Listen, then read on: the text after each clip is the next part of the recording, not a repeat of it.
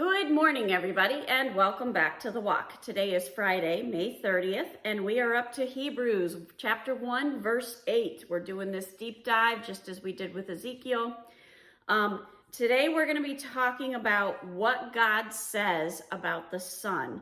We're going to be continuing into that on Monday. We're not going to finish the chapter today because we're going deep.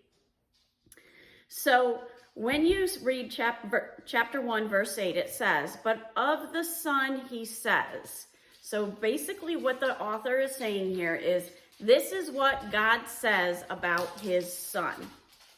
"Your throne, O God, is forever and ever. The scepter of uprightness is the scepter of your kingdom."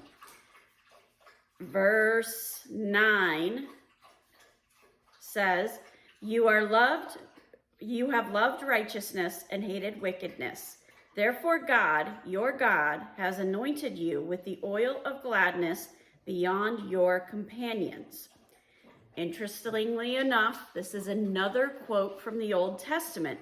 They're quoting Psalm 45, verses 6 to 7, which says, "Your throne, O God, is forever and ever. The scepter of your kingdom is a scepter of uprightness. You have loved righteousness and hated wickedness.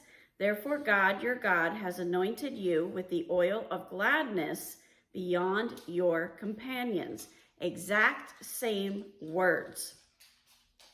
So what this author is pointing out here is the deity of Christ, the fact that Jesus Christ is fully God. He's fully human, fully God.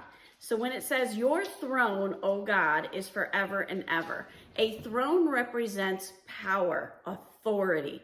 It's saying you have this authority, you have this power, you have it forever and ever. The scepter of uprightness is the scepter of your kingdom. Now, a scepter is a sign of voracious and supreme rule. It shows that authority. It's another way of showing that authority. Verse 9, "You have loved righteousness and hated wickedness." God cannot be wicked. He only can be righteous.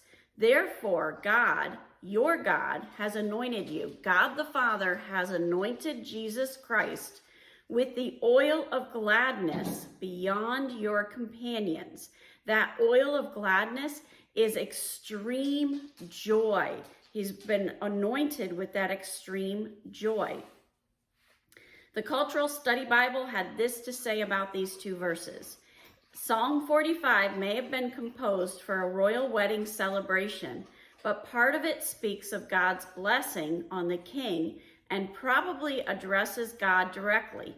Jewish interpreters read as much literal significance into a passage as they could. Because God is addressed in Psalm 45, verse 6, and then that's cited in Hebrews 1:8, it is natural to assume that he continues to be addressed in Psalm 45, verse 7. This allows the author to distinguish the Father and the Son. So this is the Father blessing the Son. In the Apologetic Study Bible, it says, for verse 8, "Some skeptics argue that this verse, which addresses Jesus as, O God, contradicts John 8:40 and Acts 17:31, which say that Jesus was a man. Such objections, however, miss the fact that Scripture teaches the concept of the hypostatic union, that Jesus is both fully God and fully man. When I was in seminary, one of the things we were taught is this word homoousios, and what it means is that he is fully God, fully man. He doesn't stop being man, he doesn't stop being God. He is the epitome of both.